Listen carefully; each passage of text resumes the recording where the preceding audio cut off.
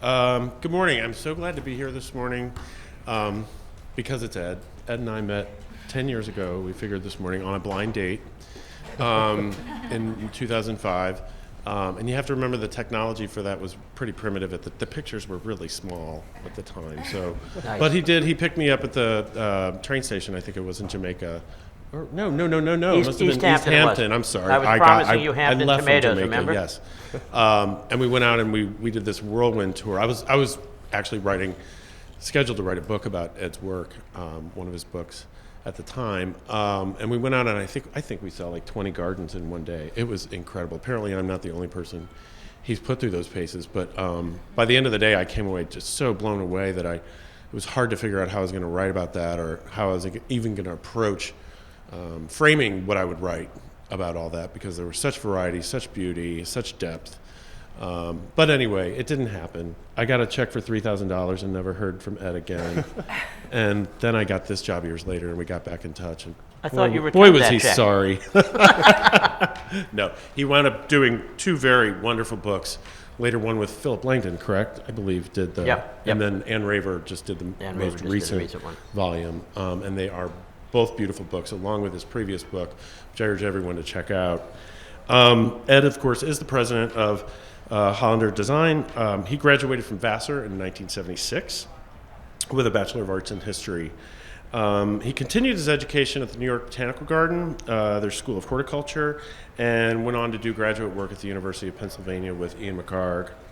He received his master's degree there, of course, in landscape architecture. After he left Penn, Ed worked for the Delta Group in Philly, and he then went to work for the firm of Clark and Rapuano in New York City before founding Hollander Design with his partner Marianne Conley in 1991. So that's 24 years ago, and a lot of work piling up since then. Ed's taught at the City College of the University of New York and in the Graduate School of Fine Arts at the University of Pennsylvania. He's also taught at numerous other locations. He's a past president of the New York chapter of the American Society of Landscape Architects, and he's a fellow of the society, and he was recently awarded the 2015 Thomas N. Armstrong III Award in Landscape Design from the New York School of Interior Design. So we're going to be pretty informal today. We're going to go through several projects with the staff members, whom I'm going to introduce. Starting on my far left, we have Melissa Rivas, ASLA, Margie Salcedo, ASLA. Closer in, we have Jeff, then of course Ed Hollander, and then we have Jeff Valentino, ASLA, and Stephen Ike, ASLA. They're going to take us through a number of projects, and we're going to get in some commentary as we go, and hope to open up some time for questions at the end. So let's get started. Do you start this? Do I start this? I click this. Okay. As with all things, the people in my office are the most important people that are here.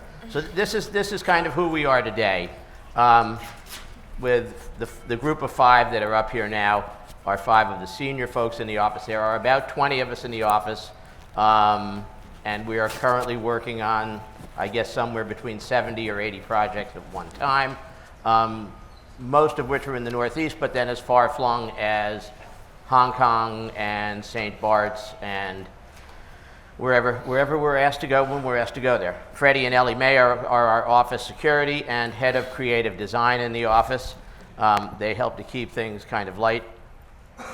Ellie May, in one of her better moments, we had some clients. This is in the depths of the recession, about 2007. Guy doing a big private building in New York, lots of gardens, swimming pool.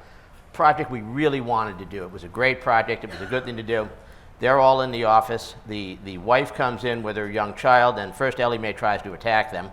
The kid's crying, screaming. Ellie calms down. In the middle of the presentation, Ellie Mae jumps up and pees in the woman's lap, which is really a great way. I go in back in the office. I'm just going to cry because obviously they're never going to talk to us again. She's horrified. She runs off, cleans herself up. I come back in, and the guy turns to me and goes, "You guys must be really good to be this busy and treat people this badly." So that's some of what goes on in the office. Here we are way back in 1991, the way the office started. Marianne with Mercury, me with some brown hair. My mother, who was running the office, and Rumi was our one person who was the jack of all trades. We also see Marianne and Mercury. who basically ran the office. Mercury was in charge of collections at that point. And Julie Altoff, who's sitting over here right now, horrified because I told her that there would be a picture of her. I don't know what this is. They put it in the presentation. I can only imagine it's Julie doing her imitation of me, the fellow John there doing his imitation of Marianne, and I think that's Tina doing her imitation of the dog. So obviously not a lot of work was getting done then, but as all times, everybody was having fun. Some of the earliest projects we did was a project for the Chelsea Piers in New York, which was almost kind of the precursor of the whole West Side Hudson River Conservancy development.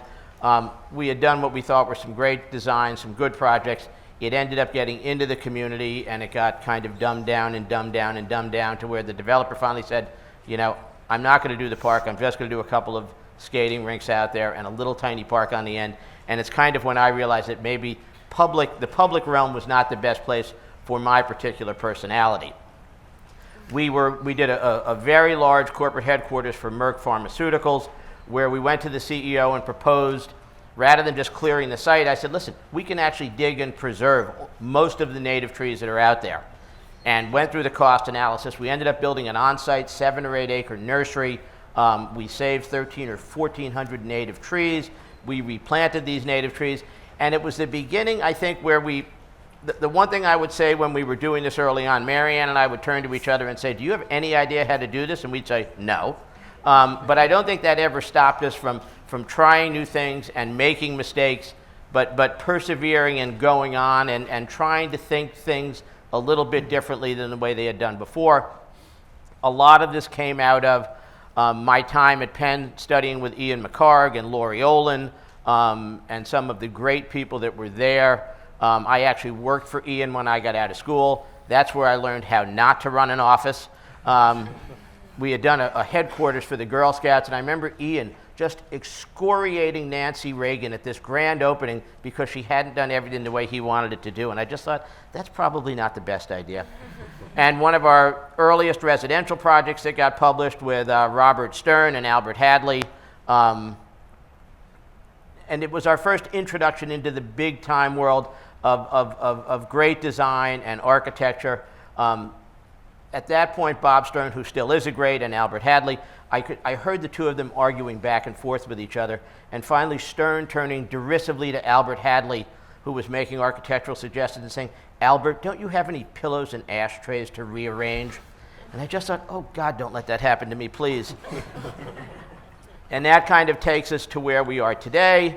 Our first book, Gardens for the Country Place, I don't know, maybe came out 8 or 9 years ago, The Private Oasis, which was Brad's book to do if he would have done it for us, but somehow the date never worked out, I guess. And The Good Garden, which was just released, has really done great, and I think it's a nice example. The Private Oasis really was done to describe the built landscapes that we've worked on. And rather than doing it as a typical kind of monograph, we wanted to present the landscapes we had done, but area by area as opposed to project by project, so that people could take away elements that might work for them. And The Good Garden, which is enormously more popular, really has to do with plants and plantings. We were going to call that The Private Oasis Volume 2, and the people from Monticelli said, you know, no one is ever going to buy this thing because it'll just look the same. And they came up with the idea of the name The Good Garden, which to me was the most mundane, Martha Stewart-esque name that I've ever heard of, and thought it was a terrible idea. And now it's sold 13,000 to 14,000 copies, so they obviously know a lot more than I do. And just so that everyone doesn't think, I mean, I always get to hear it's a great office. You've got these great projects. You've got these great clients. You've won these awards. You actually make money for what you do. I wanted to read you an email from a client of ours that we got this week who is a repeat client and a wonderful guy, but just so you don't think everything is great, Dear Johnson, that is a lot of bullshit. Nothing changed from when you made the specifications and nothing was discovered. If Ed Hollander's office needed something added, they ought to have come to me. Since when do you give out work? If you feel you can, then you can pay.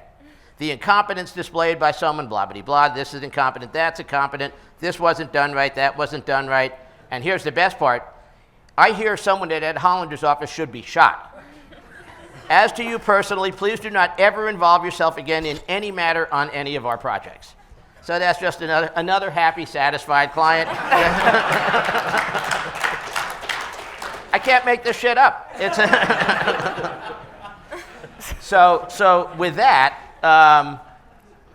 and this is the recent party we had for the books. These guys put these slides together to give you an idea that really what we do at the office is drink and party, and I get to hang out with 9 statuesque models, but we actually do get to do some work, and I'm going to let them tell you about that. Okay, thanks, Ed. Yep. Thank you.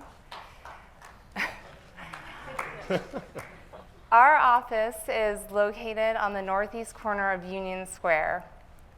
Union Square is a vibrant and exciting neighborhood full of activity.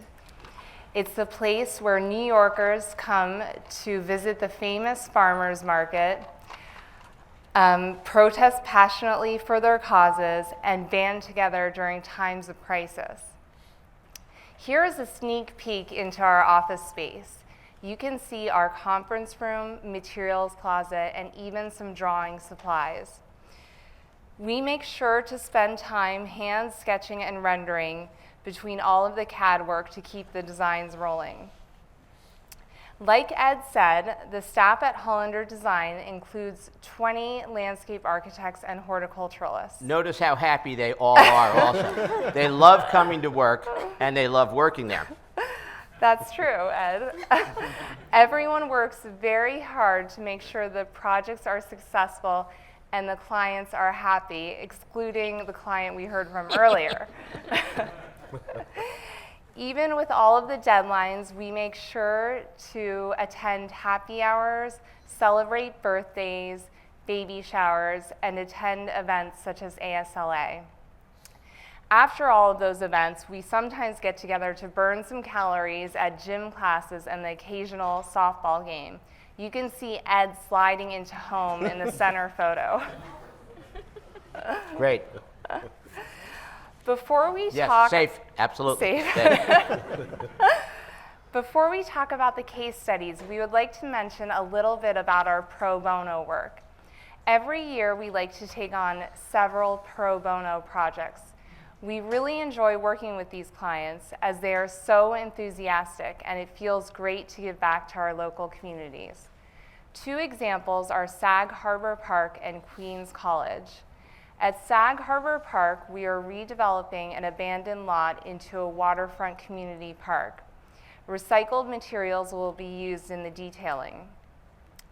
At Queens College, we designed an interior atrium for the music school and a courtyard for Kylie Hall. The design intent for both are to provide flexible spaces for students and faculty.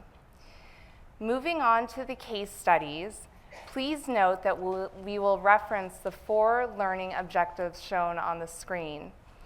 Now Melissa will tell you about how we work. Thank you, Margie.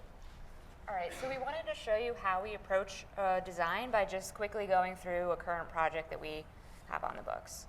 So, and even before we get to that, we're going to ask Ed to talk a little bit longer about some of our design philosophy, the 3 ecologies. Okay. So, All right. back So, to and this is something that's kind of developed over time in the office, and we never kind of set out with this. But you know, coming out of Penn and studying with Ian, we were imbued with the understanding of the natural ecosystems and ecology of the site. We were there just before computers, so we were doing Mylar overlays of geology and hydrology and soils, and Ann James is sitting right here, and some of my other classmates who did this with us. But it really changed the way you looked at the world, because all of a sudden you understood the world was a living, breathing organism from the bedrock all the way up to the vegetation that was there. And so we started with that understanding. We then started to realize, though, with the diversity of architects that we were working with, and we will work with contemporary architects like Stephen Hole and Annabelle Seldorf and do a lot of contemporary work. We work with traditional architects like Robert Stern's office and Ferguson Chamamian. So we really do the full range of architecture. And so we started to understand that there was an architectural ecology to all of the work that we did, and to understand the architecture and to draw that architecture out into the landscape became a very important component of our work. And then finally there was the human ecology, the human ecological components of it, which really had to do with our clients, our users. How did they live here?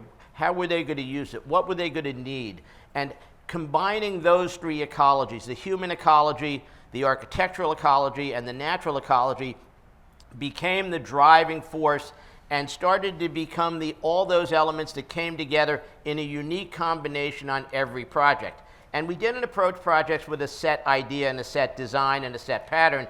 It was really a responsive kind of design developed in response to those three factors. And that's what's kind of driven the entire office.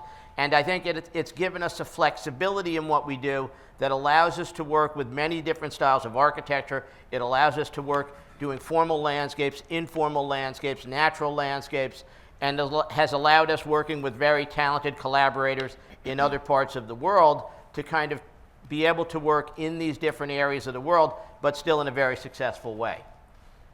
All right, so back to the sample project. So for each one of our case studies later, we're just going to show you this quick map, and it's just going to give you kind of a reference of where this site is in relation to our office. And so this particular site is in the Hamptons, and it takes us about 2.5 hours to get there. And we go Takes me an hour and 45, but Melissa drives more slowly. Takes me more like 3.5 hours, but. And so we're going to go back to some of the natural ecology I talked about. This is a 14-acre property, and it's on Wainscott Pond in the Hamptons, like we said. And we refer to this project as Topping Farm because this had been in the Topping family, and they're a farming family in the Hamptons, since 1846. And it's had many iterations over the years. I think the last iteration was more of an equestrian facility, but before that had been a tree farm, I think, and a potato farm, and it's definitely had agricultural roots for a long time. And so when the client purchased the property, it still had those rolling pastures, a large barn, a few farm homes, and a variety of large trees in that top photo that we're... And you can see in the middle picture with the red halter, that was one of the architects we're working with on the project, and one of the easier architects on the project. I'm sure you've all worked with similar architects. So in that bottom right-hand corner, I just want to show you that we're going to do a rolling timeline through this project just to give you an idea of how long each section kind of takes us. So this initial site visit is kind of day one for this, and we're now in our 40th month of this project, which you'll see. So this project had a unique architectural ecology. We have 3 very different buildings here. That first one is referred to as the 1690 house, and I think that's because that's when they're assuming it was constructed. It's undergoing a complete renovation right now. It's going to be used as a gym and a guest cottage. And in that second image, you'll see that's kind of the main residence. It's kind of more of a typical Hamptons home, and it's a cedar shingle farmhouse, for lack of a better word. And then the bottom picture is a very modern barn that's being used as a pool house and some more guest. Who's the architect on that final building? The bottom is Roger Ferris. The main house is being done by Peter Penoyer, and the architectural restoration is being done by Robert Stillen. Yeah. There are also 2 decorators involved with this, and us. It's a very large team. Right. So this is back to the human ecology. That's, again, our conference room in that upper right-hand corner, and we have most of our client meetings there. And so we'll bring people in to get a better understanding of their style and their expectations, and we'll bring them in and go through photos that are in our marketing drive, which you can see in the left there. We have an extensive file that has almost every project that Ed and Marianne have ever worked on, and it's arranged by client and by individual elements, so it makes it easy for us to find things. And then really quickly in that bottom right corner it's obviously a Pinterest page, and this is the first time I've ever worked with a client that had her own Pinterest page, and it was incredibly helpful to see what she was assuming our final design would look like.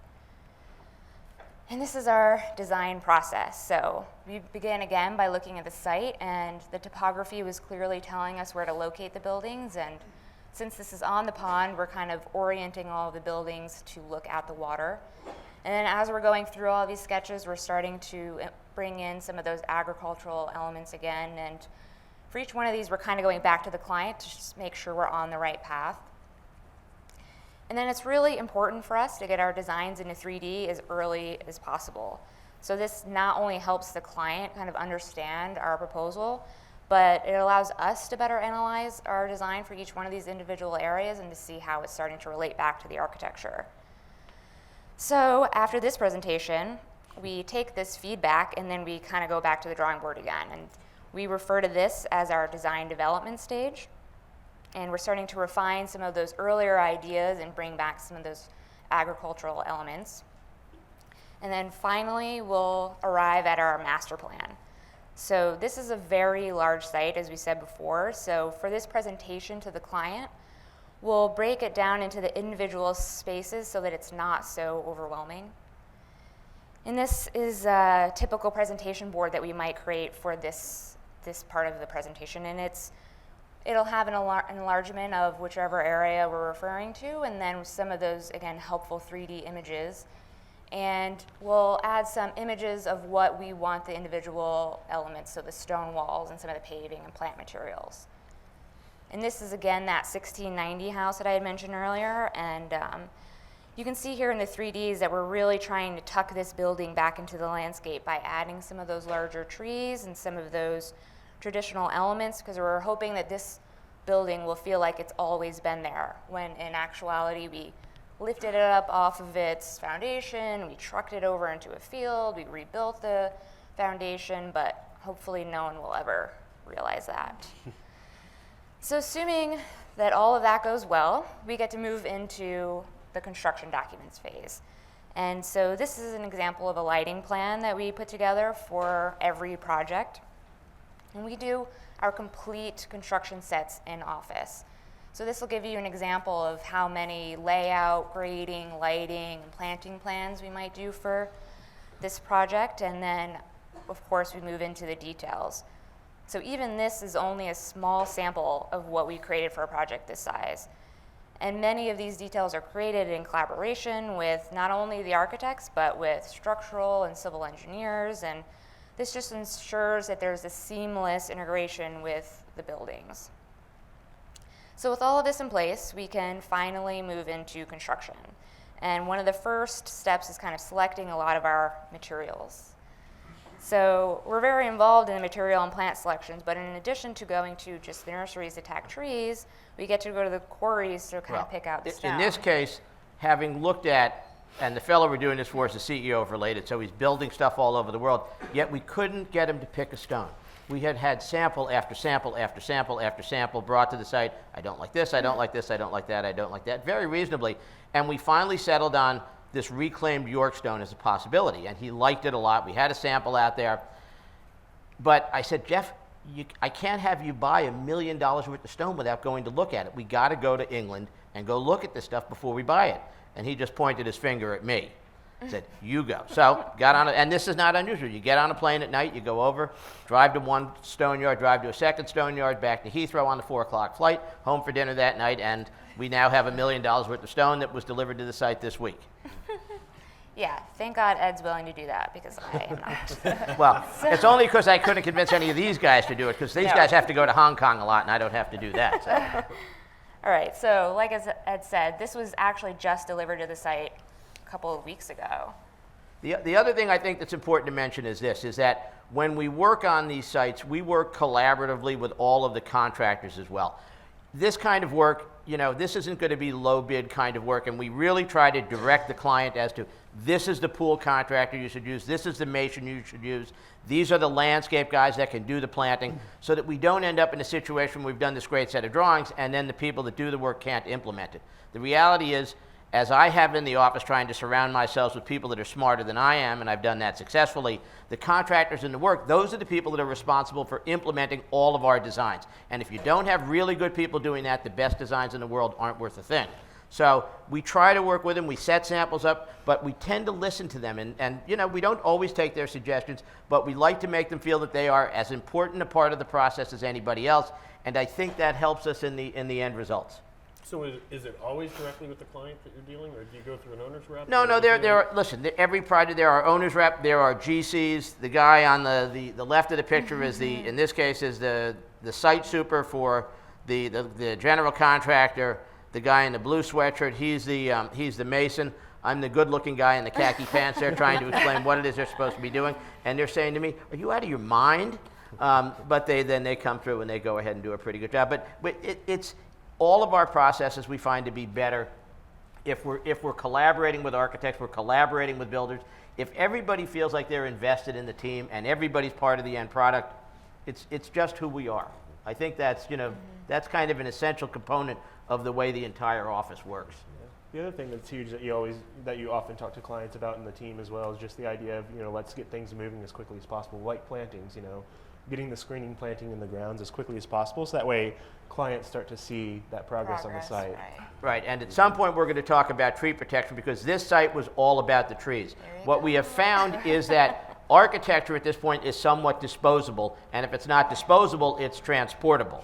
But what you can't change the land. The value is in the land, and the value of the land is in the trees. So on this property, there were beautiful 150-year-old trees growing next to the ocean, which we could never replicate.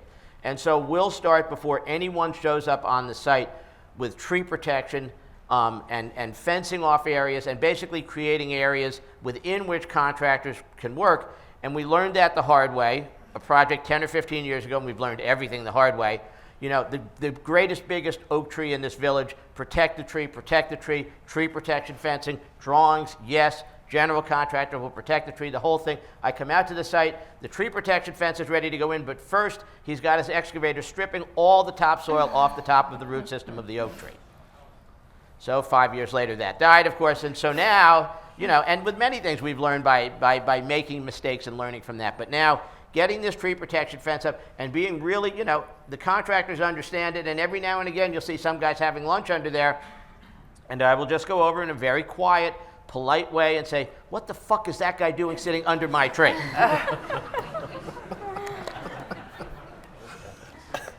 Yeah, and lucky for these guys. No, we're on the site every week, and Ed gets to yell at them every week. No, we don't yell, but we try to convince. Listen, if they understand that it's important, they're going to be respectful, and they're going to transmit that to all of the subs.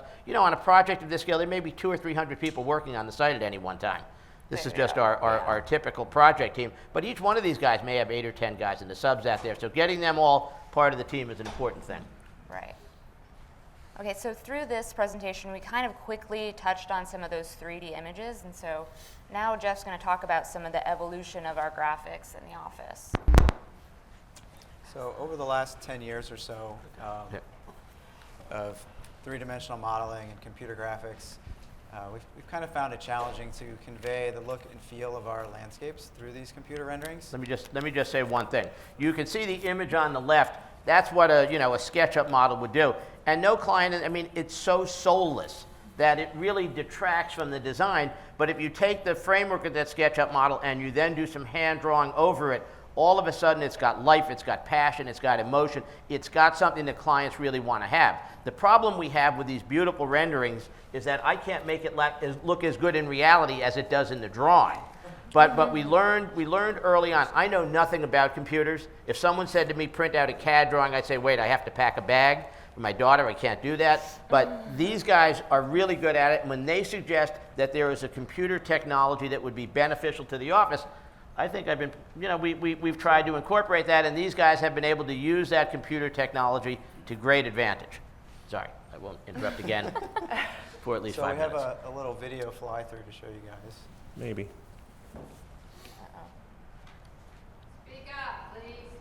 Test. Okay. Yeah. Video? I actually will pull Video, the please. video at the end because it's not popping up right now. Okay. So. There's a 3D program called Lumion, which allows us to actually move clients through the landscape, through buildings, and on bigger projects, it's a very, very handy tool to use. You can't pull it up? No. So I'll just keep on. All right. All right, Yeah. we'll move through. Show you guys at the end. All right, we'll show you that. We'll save that for last. It's a bit. One of the projects we did which Brad published in Landscape Architecture magazine, a nice article written by Matt Griswold, was a renovation of about a 50-acre property out in North Haven. This had been, this is where it is out in North Haven, out on Long Island. Beautiful spot on the water. Master plan that was developed involved moving this great old house, creating a whole new system of roads, swimming pool, tennis court, orchards, restoring woodlands, restoring meadows. This was the old house before anything had happened when it was built in I think the 1870s. When we got to the property, this is what it looked like now. But the bones of this great old house were still there. It had gone from being a private home to a convent to a school for wayward girls. And I thought that juxtaposition of nuns to wayward girls was a very interesting thing. Being a Jewish boy from Manhattan, I didn't know much about nuns or wayward girls. And we actually ended up, this and another project, we had to learn how do you move the remains of nuns? Things they don't teach you in graduate school. But there's a very strict process on how you have to do that. In any case, this starts to show the process. The building was lifted up. We actually wheeled the building around to get it in exactly the right spot. It had been set up when it was originally built to focus on the front door of the Methodist Church. Now there's 100 years worth of trees in there, so it doesn't work anymore. This is the view looking out to the water. You can see the tree protection fencing. Whoops, wrong. Let's go back one. You can see the tree protection fencing that's around all these trees to keep them safe. I'm going to talk to you a little bit about these 4 great catalpa trees that were here as well. This is now the way the project looks. The ha-ha wall at the bottom, which is a technique we've used more and more to keep deer out of properties where we have great views and don't want to block them. The swimming pool is set up on a plinth. The new house has been moved. The building over here had actually been a nursery school that was moved in and repurposed as a pool house. Great swaths of meadow were restored down in both areas. A limited lawn area for the family where they could recreate. The new tennis court area, the orchard, and the whole farm area built back over here. And then the road system that took us through the entire property. These 4 catalpa trees that you see here were growing 3 feet off the foundation of the house when it was previously located. And when I said to the builder, if you're going to move the house, that's great, don't hurt the trees, there was some discussion as to perhaps my lineage and my sanity. But once again, we realized, okay, if we leave the foundation wall of the house in place, it will support the root system of the trees growing against it, and you could move this house and you could save the trees, and really at 0 cost, those 4 great big old 75 or 80-year-old catalpas maintained their position in perfect health through the project and created a setting, for this kind of Addams family-like building that the trees were appropriate for. Meadows were restored. Great remnants of old blue stem meadows are there. We planted more of the Schizoacrium into that. There's some Asclepias tuberosa that's in there now, but really trying to preserve and save large swaths of meadow. We were told you can't move this stuff. We were building roads through old meadow areas, and they said, well, you can't save that. And it's like, humor me. Let's get a bobcat. Let's put the blade down. Let's put it down 12 inches. Let's dig up swaths. Let's lay it on pieces of plywood. Let's then take that. Let's put it back in the ground. Let's water it. Let's see what it'll do. Sure. Humor me. Let's try it. And it worked. So we're always coming up against situations where there isn't precedent, and you've got to try stuff, and you can't be afraid to try stuff. Shit's going to die, some of it's going to live, but if you don't try it, you'll never figure it out, and you can never then, all of us together have a great body of knowledge that we can share with each other, and we've learned more of it from doing this stuff than we ever learned in graduate school or as undergraduates. What we do as a practice profession and doing this stuff gives us the opportunity to learn new ways to do things. The woodland areas had been totally degraded masses of bittersweet and red cedar and black locust that we kind of convinced the client and the local planning board, let us come in, let us replant the native oaks that are so important for caterpillars and pollinators. Let us come in and plant native maples. Let us come in and do the understory trees and the shrub layer and the herbaceous layer that had all been devoured by the deer. If we can't keep the deer out, we really can't do this. So that was a critical component to doing this as well. There are built elements and planted elements. The trees in this shot are Lagerstromias. This is a tree that we use a lot of now, and it's one of these things where climate change starts to come into our profession. Probably 10 or 15 years ago, you wouldn't have used crepe myrtles within 100 miles of New York City. But now we find that they're incredibly well adapted to growing here.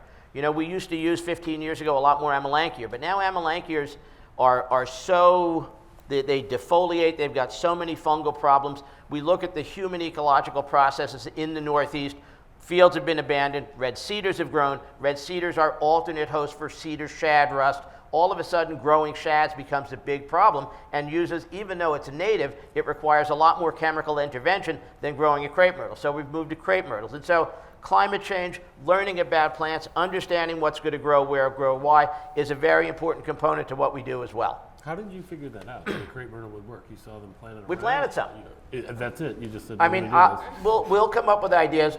We do a lot of work with local nurserymen. Chet Halka will send us.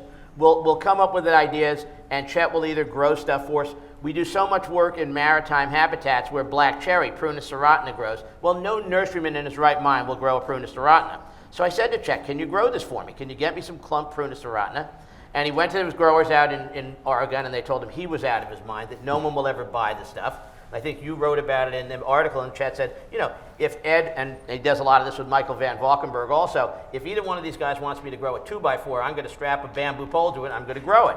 But, you know, you've got to work with people, and you've got to try things. So we'll come up with an idea after Hurricane Sandy, driving down the street, trees, bright green foliage in the middle of totally desiccated trees, screech to a halt, look up, and what are these trees that have beautiful bright green foliage right after Sandy? And it turned out they were green ash. Who would have thought? Green ash is totally salt tolerant. So we said, okay, so we tried some, we planted them, they all died. So, you know, we don't have any, it's all practical experience that comes from looking, trying, testing, and seeing how things are going to go. Lots of detailing.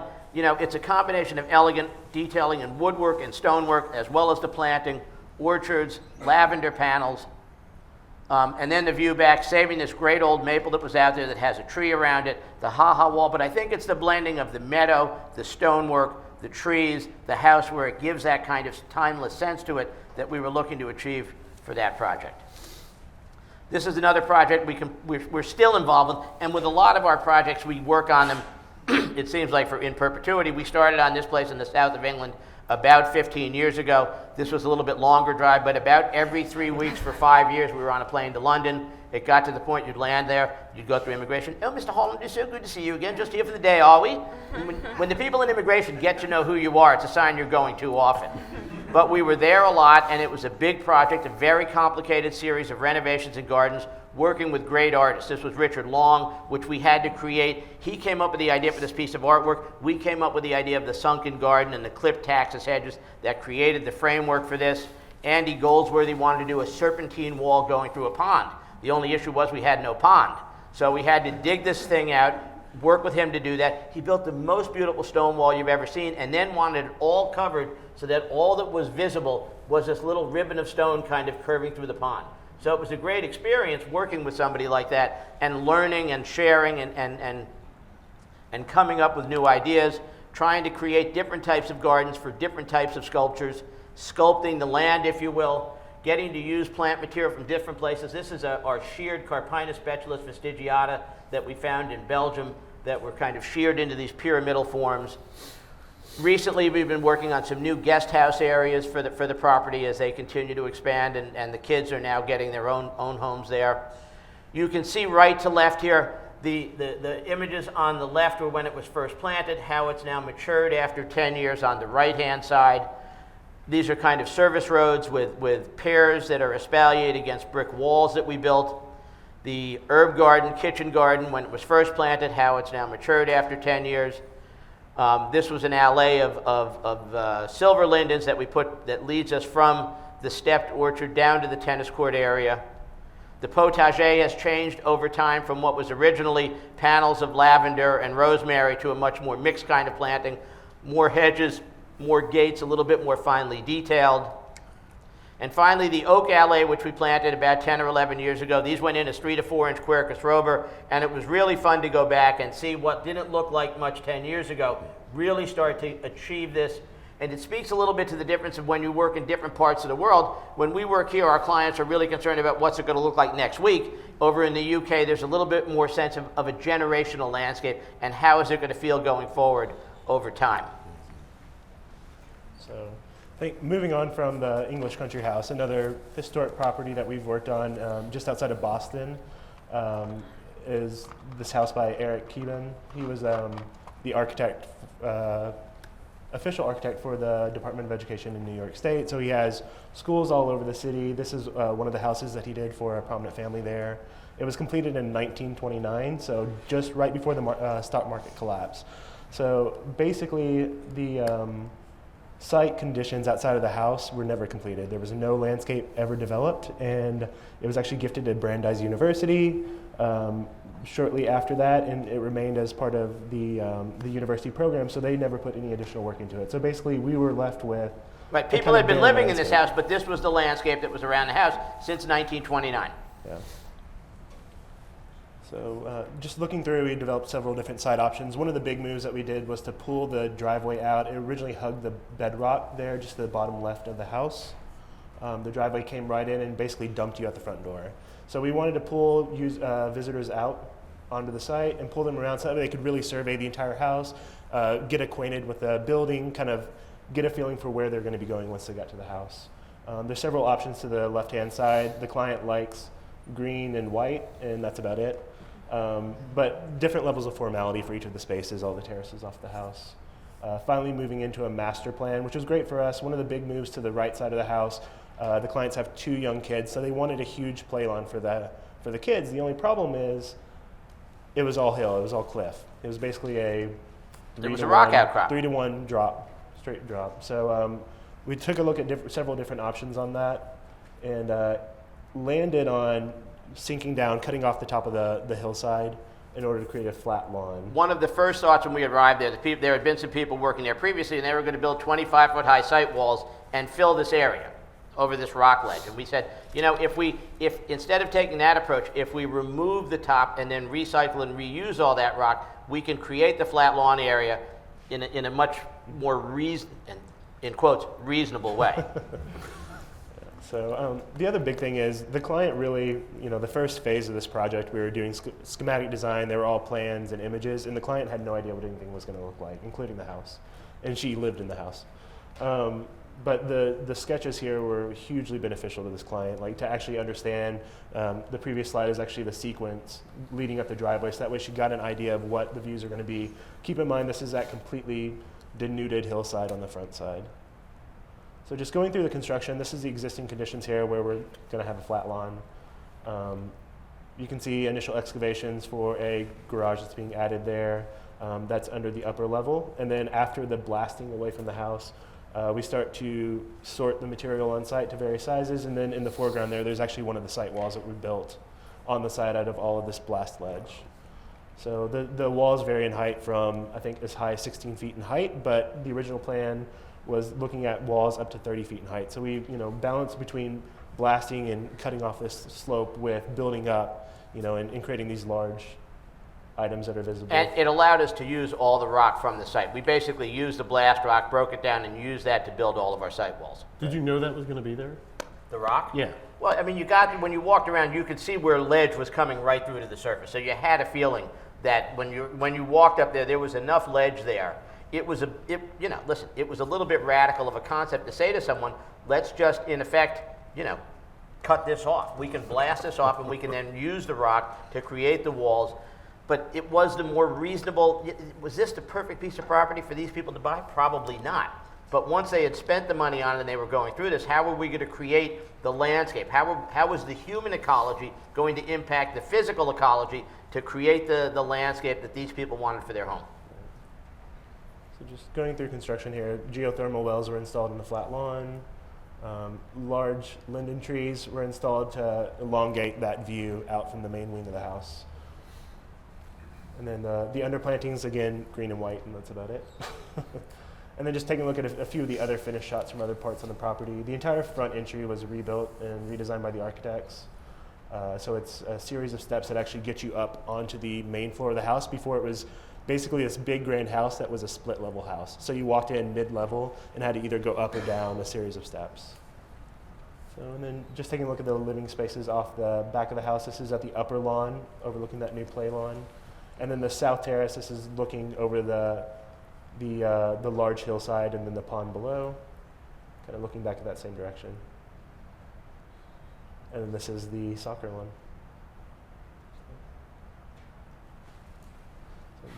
Margie is going to take us through some of the equestrian work that we've done. Once again on that project, working with Marzilli as the contractor, did a great job with the masonry, the landscape work. There was an endless amount of sourcing of plant material for that job. They did a great job with it. And there was a lot of back and forth with the builders, with the contractors, with all of us to make that kind of come to fruition. Yeah. Equestrian facilities are some of the most interesting projects in our office, especially for me because I'm an equestrian myself. We've designed hunter, jumper, and racing facilities throughout the United States. I'm going to tell you about one of our favorites, Sagamore Farm, which is located just outside of Baltimore, Maryland.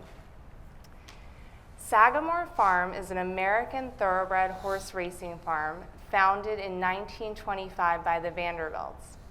It's home to many famous racehorses such as Native Dancer and Man of War.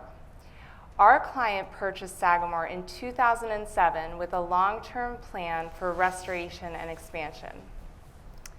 The first phase in the master plan was to replace the existing Clockers Tower shown on the left. Trainers use a Clockers Tower to time horses on the track. The Clockers Tower was plagued with drainage problems as the entire hillside would drain around the building through only a 12-inch culvert and into the infield. This culvert would eventually back up and flood our site.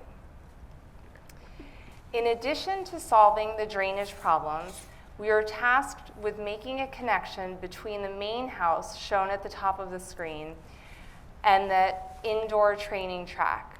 The building had to remain in the existing location, which was aligned with the historic finish pole on the track.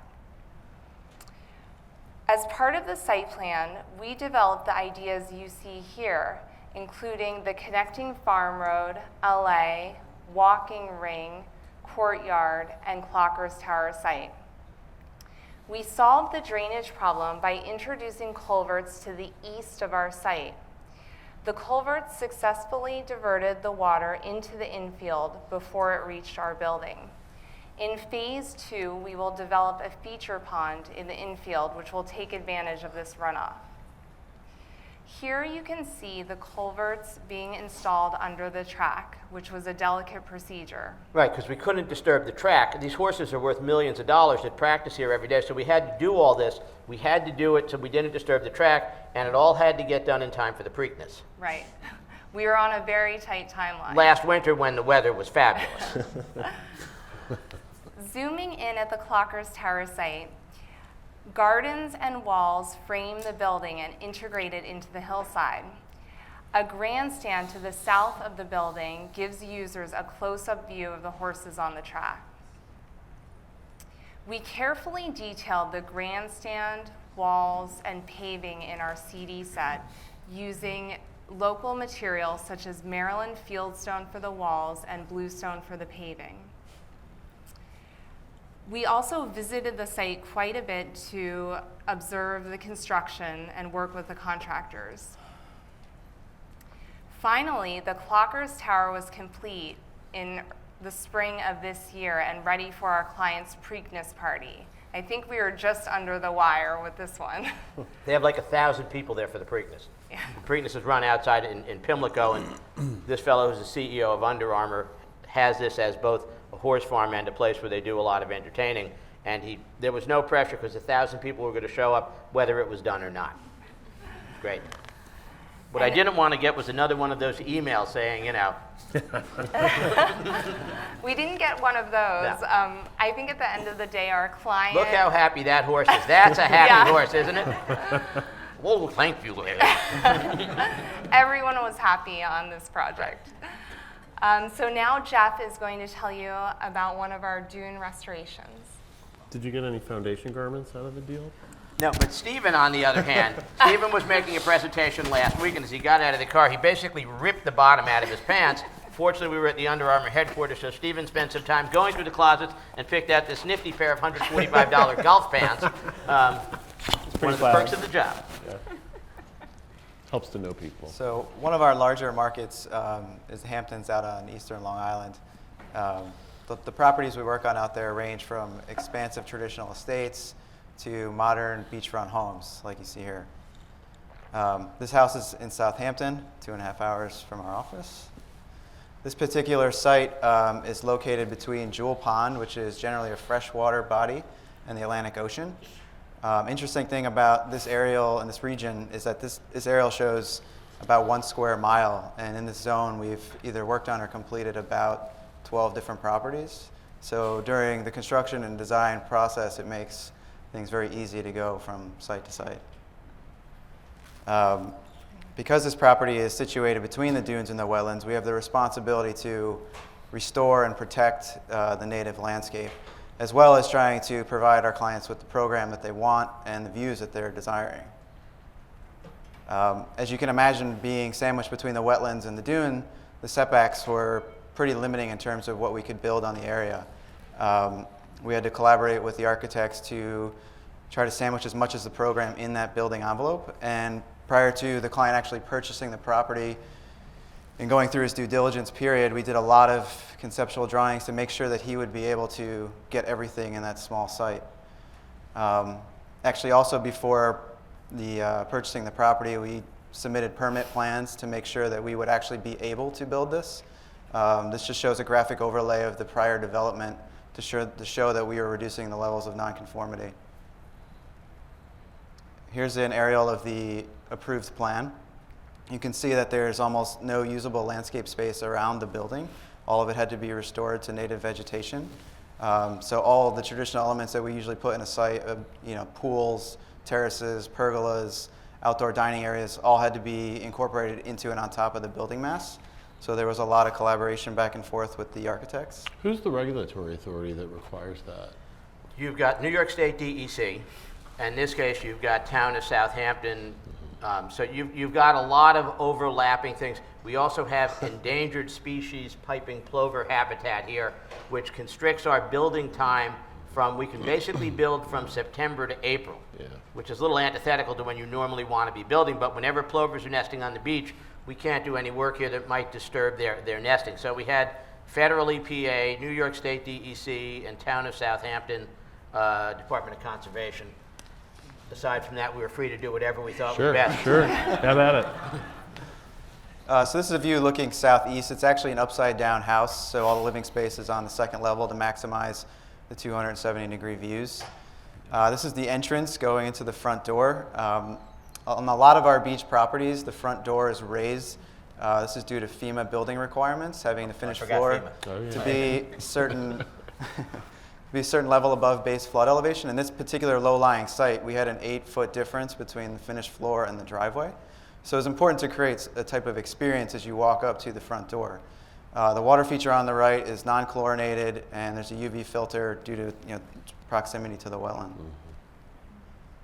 Here's another bird's eye view. You can see a lot of the small-scale site amenities here. We had sunset terrace, a couple outdoor kitchens, various planters, green roofs, and shade structures. During construction, we're constantly refining and developing these spaces, as we get closer to the finished construction. This is one of my favorite elements. It's such a beautiful site, and I'll let Jeff talk. I told him I wouldn't interrupt, but only once. It's such a beautiful site, and the pool is elevated. So we knew we were going to end up with an infinity edge pool, but we said, wouldn't it be cool if when you were in the pool underwater, you could see through the infinity edge out to the ocean beyond? And so the idea of coming up with a glass-walled pool that allowed you to see the ocean while you were in the pool was an idea that we were pretty excited about the thought of being able to do that. One of the nice things about the work that we do is that, we have clients, when you make these suggestions, they don't instantly slam the phone down and tell you you're crazy. They understand that there's a cost implication to it. But if this house, when it's all said and done, is a $50 million project, the extra added aesthetic and kind of fun value of a glass-walled pool starts to make these kind of things possible. And it allows you to be creative. It allows you to come up with ideas. It allows you to and then as Melissa was saying, we then go back to the pool contractor and say, okay, can we do this? Is it possible? Is it feasible to do it? And if it is, what's the ballpark cost going to be? Back to the client, pool's going to cost $800,000-$900,000. What do you think? And then, we can move forward with these things. Yeah. And ideally we wanted the whole thing to be glass, but, For structural stability, we needed a mullion on the corner. We finished that in Well, bronze. they so could have done it all in glass, but then it was fabricated. They would have had to have like a C-130 fly it to West Hampton and have a helicopter drop it into the pool, which even for us seemed unreasonable. There's also a window in the pool that brings light into the gym below there. So in all our projects that are on the beach, we have to provide access to the beach, obviously. And the DEC, the town trustees, coastal erosion administrator, they all have certain requirements about what this can be. And it's generally a variation of two options. The first being a raised boardwalk 4 feet above the dune that requires handrails, or a lower boardwalk that you don't need handrails, but you have to use through-flow decking, which is a polypropylene proprietary product, allows 40% light to come through. The idea between both of them is that the plant material can grow beneath the walkway and continue to stabilize the dune. Well, our client felt that the raised boardwalk was going to impede the view, and he wasn't fond of the plastic material of the through-flow, so we designed a custom Ipe boardwalk with 2x2 slats spaced about every inch, and we actually were able to achieve more openness than the through-flow product, and we got this approved by all jurisdictions. How long is that boardwalk? It's long. It's probably 500 feet? 500 to 750 Yeah. feet long, and we Wow. tried to, by keeping it set lower, you're back into building codes now. It had to be a minimum of 24 inches to meet the DEC code to allow enough light and water and air to get underneath it so the native beach grass could grow in that area. Yet it couldn't be above 30 inches higher. You got into a New York State code that said you had to have a handrail. So you have to be really careful to be able to design this thing to move within that 6-inch tolerance throughout a rolling dunescape without hurting the dunes. But by doing that, it allowed this kind of ribbon of Ipe, which will weather to a gray, to kind of float through the dunescape, if you will, and get you from the house to the beach in a way that makes it kind of a magic carpet ride. How deep are the pilings? Pilings go down, they've got to go down 4 to 6 feet because there's no concrete or anything supporting them. They're basically just posted or driven down into this. Everything's hand augured and hand built, but you're not having any concrete footings or anything because you want to do the very least amount of disturbance you can to the environment where you're working there. And we tend to create an area 3 feet wide on either side of that allows the boardwalk to get built, and then it gets restored with native beach grass and beach plum and bayberry and things like that. Right. And this project, we just started construction in September. We're shooting for 18 months. 30-minute warning. Pre-Memorial Day 2017 will hopefully be completed. A lot of our Hamptons clients, they also have primary residences in Manhattan. Through proven results and trust, we've been brought on to design multiple properties for one client. Through the past 4 or 5 years, we've taken on a lot of urban work because clients are seeing the value that we can bring back to their townhomes, apartments, and penthouses. This particular penthouse is actually located in the historic Flatiron District, just 6 blocks from our office. So this, again, made site visits pretty easy. Jeff took this project. I also live 2 blocks from this. Here's some existing site photos. You can see it was in quite disarray. The property, before our client had purchased it, it was staged for a movie, Wall Street, Money Never Sleeps. So a lot of this like faux cinder block and bizarre pergolas and all that was staged for interior shots. This is a survey of the site. Generally on sites of this size, roof decks of this size, we'll have a survey done. On some of the smaller ones, we'll go out and take our own as-built measurements. And we always have on these roof decks mechanicals to deal with, chimneys to deal with, elevator shafts that we all have to worry about screening in some fashion. This is the final master plan. We looked at this space as 2 separate sites. The north side on the right, we left largely open to enjoy the views of the Empire State Building as an event space. The south side was more family domain, broken up into smaller rooms with a spa garden, dining underneath a pergola, and an outdoor kitchen. These are some early schematic renderings. The ones on the top are really early. The ones on the bottom have shown sort of the evolution of the design. This building was built in the early 1900s, so it was a cinder fill roof with significant weight limitations, which meant we had to build a steel dunnage support structure for anything that had any considerable weight. When we went in and did the initial probing for the existing columns in the building, we noticed that the bond beams and the parapet had all been corroded and had to be replaced. So the entire parapet had to be ripped out and redone. So we had to go back to landmarks. It delayed the project like 8 months. Fortunately, the client was really understanding, understands with these older buildings that you run into things you can't expect. Then we put down a new waterproofing membrane and a leak detection system. This shows some of the steel dunnage that we use to support a spa and some larger trees. Some of the details on the top right. We went through a lot of coordination with the spa manufacturers to make sure all their structure would fit seamlessly within that dunnage. This shows some of the early framing for the planters. A lot of the condo boards and co-ops, they require that the planters be movable. So part of the challenge is to try to create a seamless landscape with a modular construction. The planters were all framed out of AZAC, and then we later clad them with EPay.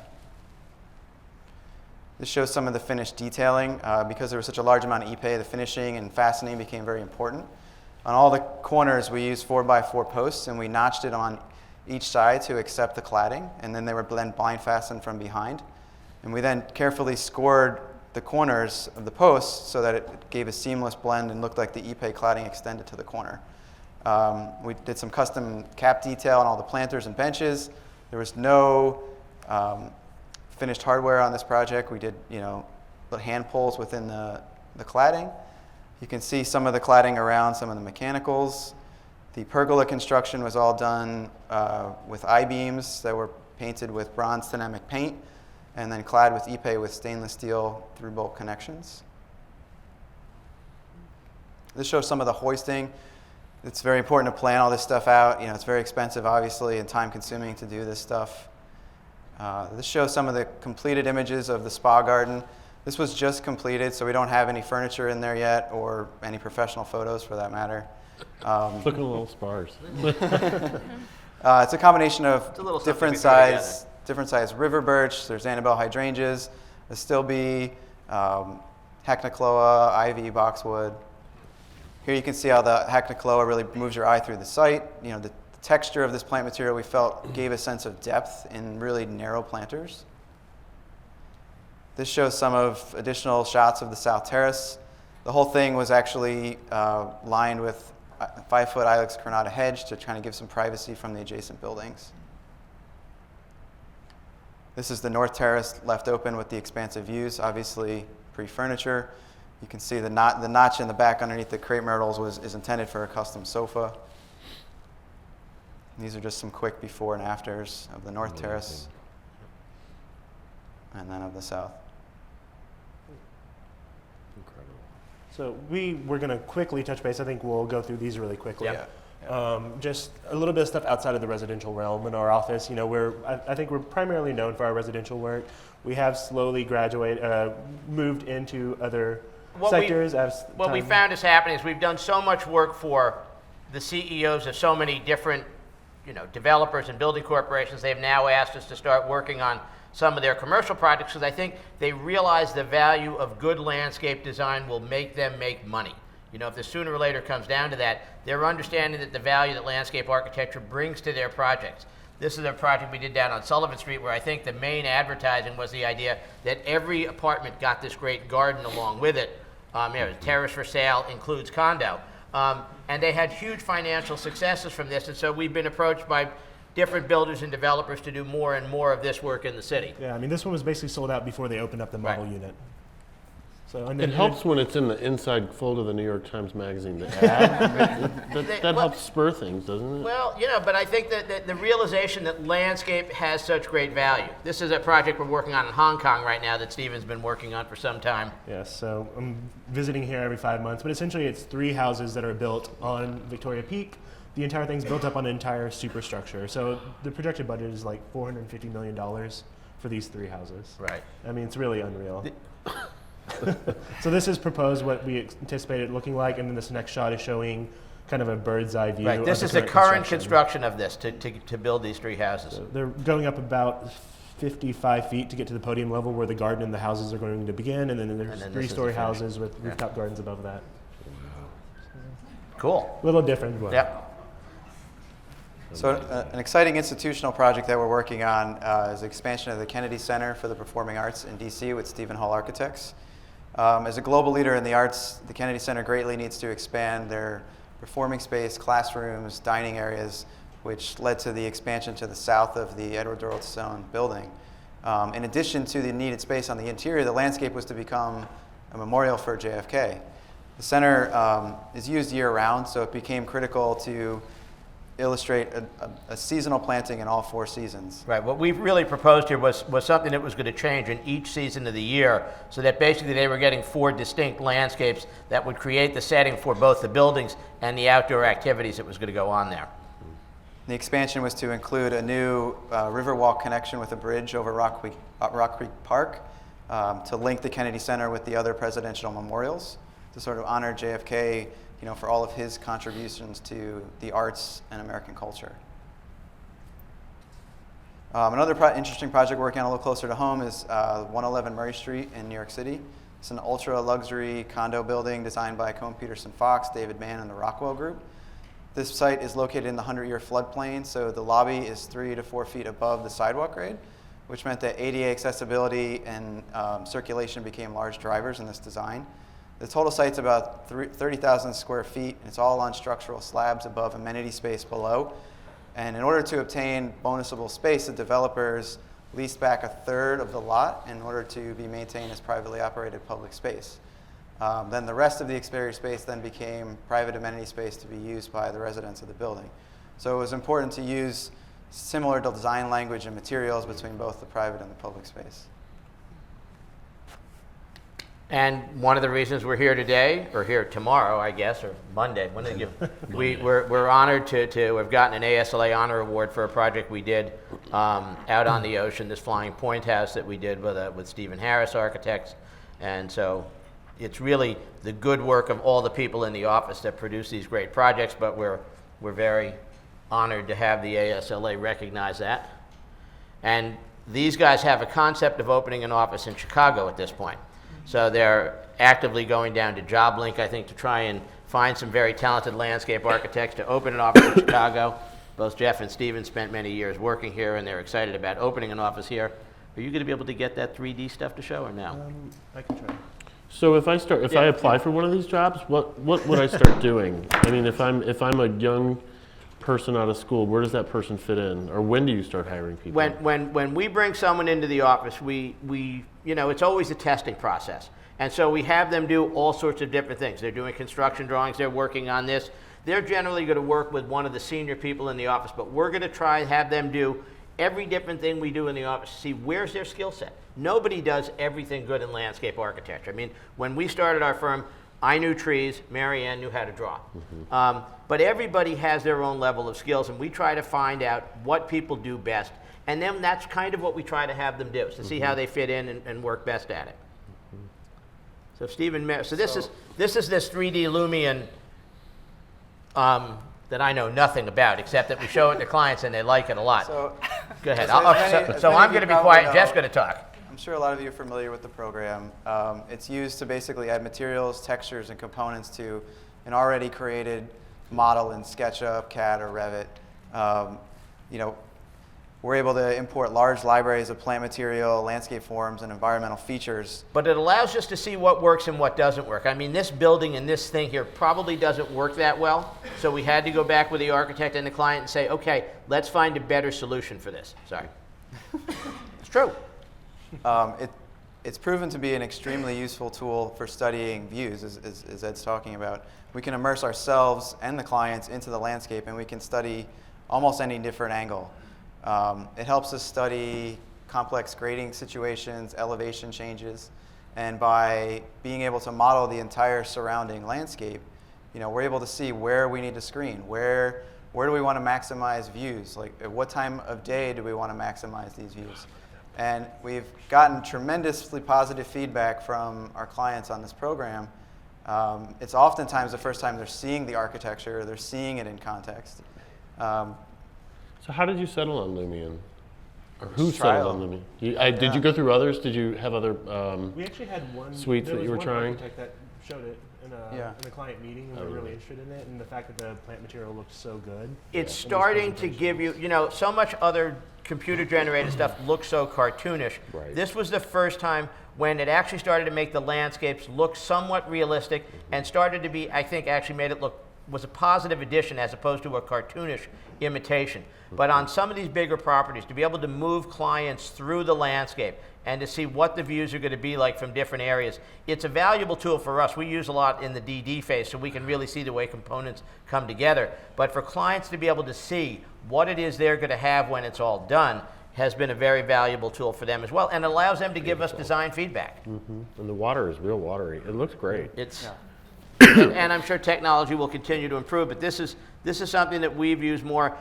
There are times when we'll do it when the architects present normal plans and renderings, and it doesn't, the clients, once they see this, they really want the architects. And we're beginning to realize that as landscape architects, I always was trained in you do plans and elevations. And the idea now is that we really should be moving and designing in 3D as opposed to 2D. There's real value to that. So to skip from pregame to postgame, I Yep. want to ask you about maintenance and Okay. what's kind of the regime? Is every project this? Do you have a standard approach? Do you give them a manual? We don't give any manuals, because manuals don't do any good. You have to be with the people. You first have to understand the site. What's the site going to need? You have to understand the client, what's their expectations, and then you have to select the maintenance people to do it who have the right skills. You've got to, if you're doing a formal landscape, you need someone who's trained on trimming hedges. If you're doing a natural native landscape, you need someone who knows the difference between Asclepias tuberosa and Asclepias incarnata, and which one belongs in this landscape and which one doesn't. But the maintenance it's just as important. You know, when the architect is done, he's done. When we're done, we're just starting. Landscapes are going to continue to grow and evolve in a 5-year time frame, and you need to be there to you know, it takes 3 years for stuff to start to get established. Right. You know, you're learning new ways, you're learning new techniques. So it's an ongoing learning process, and we try to find the really best people to do the maintenance because they're teaching us also. I know you presented on. You talked about Chet in Yep. a session a couple Yep. of years ago, but can you tell us again how you got to know him and How I got to know Chet. how much you work with Chet? I mean, Well, when I was at the Botanical Gardens, you know, they had classes taught by landscape architects like us. it's Chet Halka. Chet who's Halka a from Halka fabulous- Nurseries. And I realized that you learn more from people that are doing it than you do sitting in a classroom, except for today. And going out with me, Chet, I knew a fair amount about trees at that point, and I would go out, and Chet and I would talk back and forth, what about this tree, what about that tree? You know, and as a community, expanding the amount of knowledge that we have. It doesn't hurt that we probably buy $1 million worth of trees from Chet every year.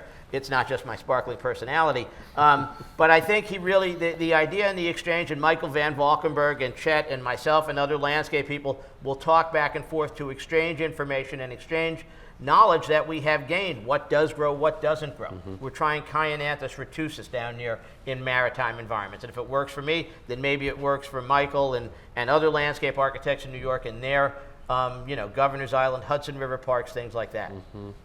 Yeah, because on one, I remember there was a note earlier. You guys were talking about having boxwood in particular, and the procedures you're observing in light of the boxwood blight. Sure. Where we ask contractors now that the plants have to come in, they have to sit in their nursery for 30 days, which is the period it takes for the fungus, I think it is, to sporulate before you bring it onto a site, so that you're not bringing infected boxwood into an existing landscape. Because you know, West 8 completely changed their palette for Governor's Island based Right. on they did Hugendorn instead of the boxwood because The other of big thing that we start to instruct with maintenance is also the idea that all pruning shears, everything that's going to be touching the plant material actually stays on site to that specific property. Governor's Island, they don't have deer. True. And so you can do Ilex crenata varieties, but sometimes you're stuck with a plant that may not be the ideal plant because you're dealing with the particular conditions. If you've got a site where you do have deer, you can't use Ilex crenata, you can't use Ilex glabra, you can't use Taxus. So you're down to different boxwood varieties, some of which are more resistant than others. Yeah. But it's that each individual project is different. Let's see if we have any questions from the audience. Let's. Anybody? Okay. Surely we got something. Okay. I want to talk a little bit on that shoreline property. You've done quite a few of them out there, or at least a few. Yes. What's happening to the coastline out there? I remember once we were at someone's property during that day we were together, and the shoreline was Yep. the sandbar had kept shifting. The bigger issue out there than shoreline right now is water quality. And there are huge issues out there with septic system infiltration into groundwater, with agricultural runoff, with lawn runoff, and nitrates polluting the contained water bodies that are there, whether they're Sag Pond, Georgica Pond, Mecox Bay, Peconic Bay. Water quality has been so severely degraded because of antiquated septic systems and landscapes that are draining nitrogen into these water bodies, that we've tried to change a lot of the turf that we use to fescue turf that uses a lot less irrigation, a lot less fertilizer. We're trying to work with clients to try to train them that lawns don't need to be perfect. And the problem we have is we found a little magical way to do this, because you've got people who have more money than they know what to do with, so that doesn't impact them cost savings. You know, you try and impress upon them the ecological importance, and they hear you, but they're less concerned about that than they am about themselves. And then you mention the magic word, grandchildren. What's going to happen to the grandchildren playing on this grass with all these chemicals?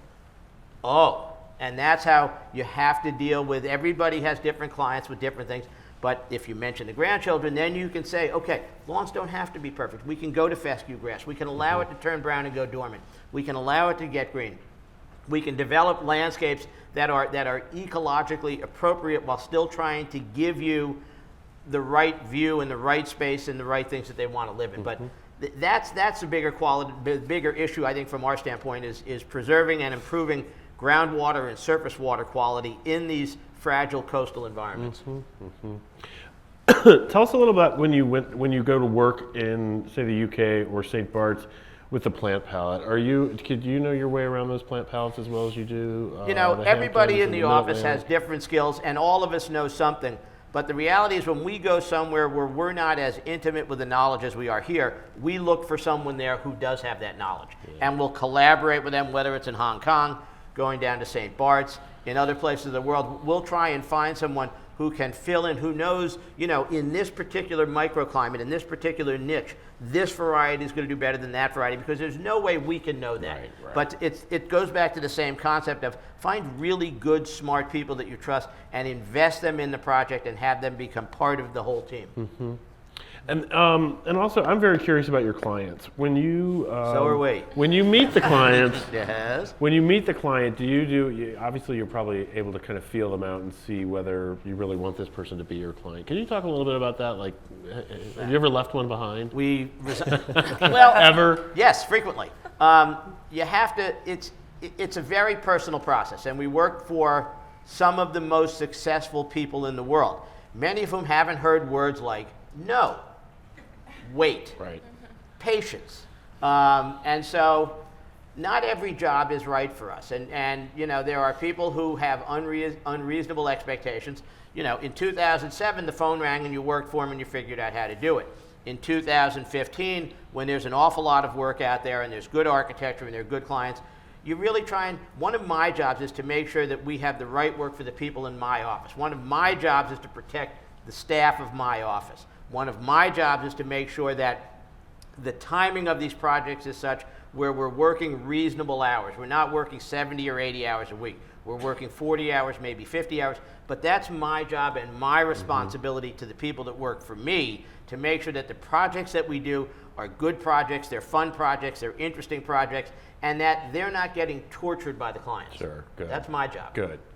And then on a project like Maycroft, do you guys share that? I mean, do principals share it, or one principal is in charge, or? There's generally one principal, but they're only, you know, but we don't have real stratification in the office of principal and partner and senior associate and junior associate.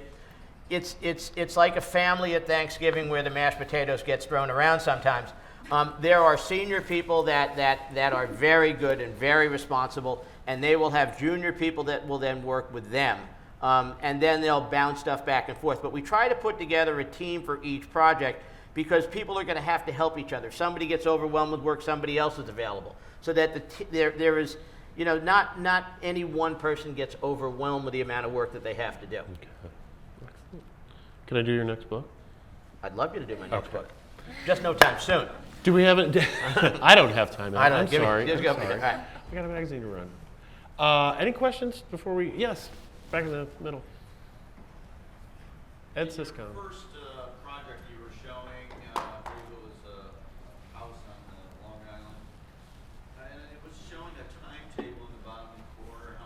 Yep. I believe design development was like 20 months. Yep. Is this normal for such a long project? Because of the complexity and the permitting involved with that, and every project has a different time schedule, we try to be realistic with clients about what it's going to take to do that. It took longer to get into the ground on that than we would normally do. We're now really crashing through this thing, and we'll have the entire thing from start to finish fully built and constructed in about 18 to 20 months. But the design development process, because we were working with 3 separate architects, 2 decorators on a fairly complex site, it took a little bit longer than might typically happen. That is a long arc. Yep. Any other questions? Yes. How do you typically bill your clients? Is it, As much as I possibly can. are they usually 70 contracts or more time and materials, a little bit of both? What we'll do is this. We will develop a phase-by-phase kind of not-to-exceed contract that says we're going to do a set amount of drawings for a set amount of time at a set fee. And then that'll get us through the master plan. And then, because we'll never know where we're really going. And then when we get to construction drawings, we'll then send them another proposal that lists all the construction drawings we're going to do, all the planting plans we're going to do, and here's the fee to do that. Now, the advantage of doing it that way, we have found, is that A, when clients change their minds, which they absolutely have the right to do, and we need to redo drawings, we're going to get paid for it. The other thing it does is it eliminates the idea that the more a project costs, the more we get paid. That kind of industry standard of architects and landscape architects charging 10, 15, 20%, whatever it is, I need to be able to go to a client and say, this pool contractor is going to charge $900,000, this one's going to charge $800,000, go for the $900,000 one because it's a better value. But I don't have any skin in the game in terms of what I'm going to get paid based on what the cost of the project is. So it allows us to have that more honest interaction with a client about where value is as opposed to the least amount of money. Smart, really smart. All right. Any other questions? Yes, in the rear. I'm curious about the soil for the house where you cut all the rock out and you level the lawn. We know where the rock went, but where did the soil come from? The soil had to be brought in that case because that most of that property, where there were soils, they were salvaged and saved, but a lot of that property we had to bring in soils for it. Okay. Yes. A lot of your projects, like the ones in the Hamptons, you had architects involved. Yes. Did you come on board first and hire the architect, or how did that work? That's always, it's an interesting dance as to what happens there.